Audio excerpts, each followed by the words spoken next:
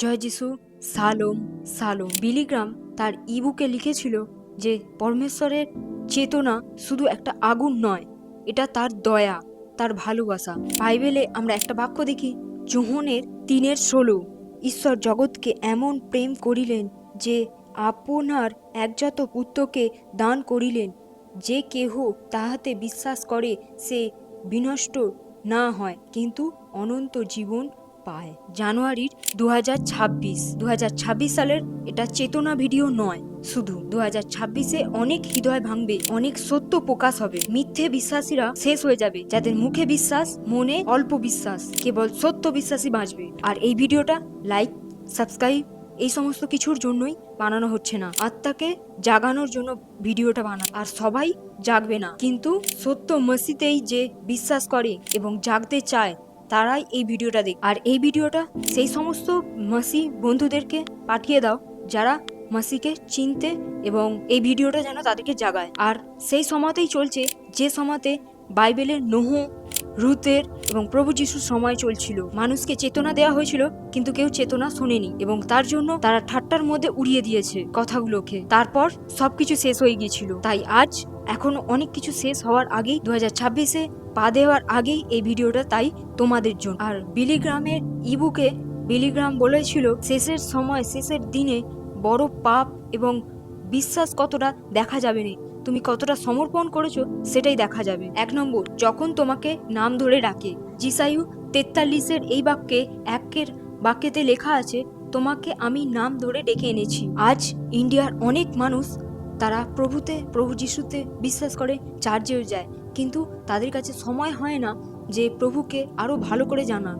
তারা জগতের মতনই আচরণ করে, তারা ভিড়ের মধ্যেই থাকতে ভালোবাসে, কিন্তু পরমেশ্বর বলেছে আমাদেরকে ভিড়ের মধ্যে নয়, আলাদা করে রাখবে। আর আমরা অন্য জাতির মতো আচরণ করি, প্রচুর চেঁচামেচি করি, আমরা সব জিনিসে ঝগড়া করি, এই সমস্ত কিছু করি। বিলিগ্রাম তার ইবুকে বলেছিল যে পরমেশ্বর ফার্স্ট কিন্তু তোমাকে শান্তি দেবে, তারপর তোমাকে পরিবর্তন করবে। এর কারণে কিন্তু অনেক বিরোধীও আসবে তোমার বিরুদ্ধে, তোমার পরিবার, আত্মীয়, বন্ধু বান্ধব এবং তোমার কলিগ, পাড়া প্রতিবেশী থেকে আসবে তোমার বিরুদ্ধে। প্রভু যিশু যেমন বাইবেলে লেখা আছে, মথি 10:35-36, আমি পিতার সহিত পুত্রের, মাতার সহিত কন্যার আর শাশুড়ির সহিত বধূর বিচ্ছেদ জন্মাইতে আসিয়াছি। কখনো কখনো মাসিকে জানার জন্য তোমাকে তোমার নিজের লোকের কাছ থেকে বিরোধিতা হতে হবে। আর চেতনা শব্দ শুনেও তুমি যদি এখনো একই থাকো, তাহলে তুমি পরমেশ্বরকে নয়, তুমি শুধু ভিডিওটাই দেখছো। আজ তোমার হৃদয়ে কি প্রতিধ্বনি হচ্ছে এই প্রত্যেকটা কথা? 2 নম্বর, প্রথম পদক্ষেপ, সকালে ঘুম থেকে উঠে পাশে থাকা মোবাইলটা হাত দিয়ে ঘন্টার পর ঘন্টা আমরা টাইম নষ্ট করি। বন্ধুদের সাথে গিয়ে আমরা পার্টিতে যাই, পার্টিতে গিয়ে আমরা ড্রিঙ্কও করি, হয়তো যেখানে গল্প হচ্ছে সেখানে বসে যাই আমরা, হয়তো যখন কোনো পাপ হচ্ছে সেখানে আমরা দেখতে বেশি ভালো লাগে। কিন্তু যখন তুমি এই মোবাইলটা সকালবেলা ঘুম থেকে না উঠবে হাতে নেবে, যখন মাসির সাথে, প্রভুর সাথে কথা বলে এবং তার সাথে একটা বাঁচা বেঁধে তার সকালের দিনের শুরুয়াতটা করছো, বা বন্ধুদের সাথে যাচ্ছ কিন্তু তাদের সাথে ড্রিঙ্ক করছো না, এবং যারা পরচর্চা করছো তাদের সাথে বসছো না, তোমার বন্ধুরা একটা কথাই বলবে, যিশুর ভক্ত হয়ে গেছিস নাকি? আর যখন তারা দেখবে তাদের সাথে তুমি চলছো না, তুমি আলাদা, এবং তুমি মাসিকে চয়েস করেছো, এবং তারা দেখছে তুমি তাদের সাথে চলছো না, তখন তারা একটা কথাই বলবে, তুই কি যিশুর ভক্ত হয়ে গেছিস? আর তখন তুমি এই বাক্যটাই মনে করিও। যোহন 15 লেখা আছে, 18-19 লেখা আছে, জগৎ যদি তোমাকে দেশ করে, তোমরা তো জানো যে তোমাদের অগ্রে আমাকে দেশ করিয়াছে। তোমরা যদি জগতের হইতে তবে আপনার নিজস্ব সভ্য ভালোবাসিত, কিন্তু তোমরা তো জগতের নহ, বরং আমি তোমাদিগকে জগতের মধ্যে হইতে মনোনীত করিয়া আনিয়াছি, এই জন্য জগৎ তোমাকে দেশ করে। আশা করি তুমি বুঝতে পেরে গেছো, তুমি জগতের নয়, তুমি হলে প্রভু যিশুর। তুমি আজ থেকে সেই জায়গাগুলোয় বসতে বন্ধ করো যেই জায়গায় তোমাকে এবং তোমার মাসিকে সম্মান দেওয়া হয় না। 3 নম্বর, রাত্রিরের প্রার্থনা বা দুঃখ। যখন প্রভু যিশু নিজে ছিলেন, তখন প্রভু যিশু নিজেও রাত্রিরে প্রার্থনা করতে যেতেন। এর কারণ হলো রাত্রিরের প্রার্থনা আমাদেরকে অনেক কিছু জায়গা থেকে দূরে করে নিয়ে আসে। রাত্রিরে সবসময় চেঁচামেচি, হট্টাগোল এই সমস্ত কিছু হয় না। সেখানে তুমি নিশ্চিন্তে পরমেশ্বরের সাথে তুমি কথা বলতে পারবে। আর তুমি সমস্ত কিছুই, তোমার দুঃখ কষ্ট সমস্ত কিছুই তার উপর ভার দাও এবং তার চরণতলে সমস্ত কিছু রেখে দাও। কারণ তুমি হলে তার বেদী। হ্যাঁ, তুমি তার বেদী। কারণ বেদীতে কখনো ফাটল ধরতে পারে না। এর মানে হলো কখনোই দুঃখে থাকতে পারে না। যেমন তিনি বলেছেন, আমরা মাটি, তিনি আমাদের কুমোর। আমরা যদি সত্যি বলি যে আমরা প্রভু ইয়েসুর কুমোর, আর আমাদেরকে পরিবর্তন করো, বা আমাদেরকে তুমি নতুন করে ভাঙো, নতুন করে গড়ে তোলো, আর দেখবে তুমি পুরোপুরি তৈরি হয়ে যাচ্ছ এবং তার মতো করে। এটা যখন বলতে শুরু করবে, তুমি তোমার মতো করে আমায় তৈরি করো, তাহলে দেখবে তোমাকে পুরোপুরি তৈরি করে দেবে সে।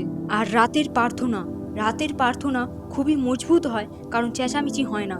আর অন্ধকারের শক্তিও আমাদেরকে ভয় দেখাতে পারে, কিন্তু বাইবেলে একটা কথা বারবার লেখা আছে, 365 বার একই কথা লেখা আছে। সেই কথাটা হলো, ভয় করিও না। পরমেশ্বর বলছে যে ভয় করিও না। ইয়েস, হ্যাঁ, পরমেশ্বর বলছে তুমি ভয় করিও না। যেমন বিলিগ্রাম তার ইবুকে লেখা আছে, কখনো কখনো তোমার সব প্রশ্নের উত্তর পরমেশ্বর নাও দিতে পারে, কিন্তু তার উপস্থিতি সবসময় তোমাকে দেবে। যেমন জিসাইউ 43 1 বাক্যেতে লেখা আছে, হে যাকোব তোমার সৃষ্টিকর্তা, হে ইসরায়েল তোমার সৃজনকর্তা সদাপ্রভু এই কথা কহেন, ভয় করিও না, কেননা আমি তোমার মুক্ত করিয়াছি, আমি তোমার নাম ধরিয়া ডাকিয়াছি, তুমি আমার। সদাপ্রভু বলেন তুমি আমার। ইয়েস, হ্যাঁ, তুমি আমার, এই কথাটাই বলেন। আর হ্যাঁ, 2025 সালে যে ভুলগুলো তুমি করেছো, সেই ভুলগুলোকে আর 2026 সালে করিও না। এবং সেগুলোকে, কিছু কিছু জিনিস আছে সেগুলোকে ত্যাগ করলেই আমাদের ভালো হয়, সেগুলোকে ত্যাগ করো। কারণ স্বর্গরাজ্য সন্নিকট। আমাদেরকে বলেছিল, প্রভু যীশু যখন যায় তখন বলেছিল, 1 ঘন্টাও কি প্রার্থনা করতে পারবে না? তাই আমরা প্রত্যেক দিন প্রার্থনার মধ্যে রত থাকবো, বাইবেলে পাঠ পড়বো এবং অধ্যায়গুলো মনে করার রাখার চেষ্টা করব, এবং উপবাস, প্রার্থনা এবং টাঙ্কের কথা, যেটাকে পরভাষা বলে, অন্য ভাষা, সেই সমস্ত দিয়েই আমরা প্রার্থনা করব। এবং 2026 সাল একটা নতুন এবং মিরাক্কেলের সাল হতে চলেছে তোমার জন্য। চলো আসো আমরা প্রার্থনা করি।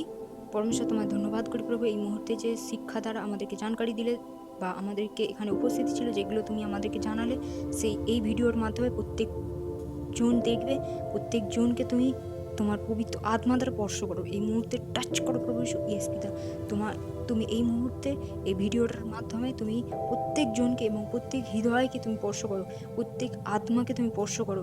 হ্যাঁ প্রভু, তারা এখনো পর্যন্ত যারা অন্ধকারের মধ্যে পড়েছিল এবং সেই জঞ্জির এর মধ্যে পড়েছিল, যারা এখনো পর্যন্ত সেই অন্ধকারের বাঁধনে পড়েছিল, সেই বাঁধন এই মুহূর্তে ভাঙতে চলেছে যিশু নামে। ইয়েস, ভাঙতে চলেছে যিশু নামে। এই মুহূর্তে টাচ করো প্রভু যীশু। এই ভিডিওটার মাধ্যমে যারা যারা দেখছে এবং তোমার কথা শুনছে, এই মুহূর্তে সেই অন্ধকারের শক্তিকে আউট করি যিশু নামে। আউট হয়ে যা, ফায়ার করি যিশু নামে। এবং আজকে এই ভিডিওটার মাধ্যমে তুমি তার হৃদয়ে কথা বলো প্রভু যীশু। ইয়েস পিতা, তোমার পবিত্র আত্মা দ্বারা কথা বলো প্রভু যীশু, তোমার আত্মা কথা বলো প্রভু যীশু এই কথার মাধ্যমে। ইয়েস প্রভু, প্রত্যেকটা জনকে তুমি টাচ করো প্রভু যীশু।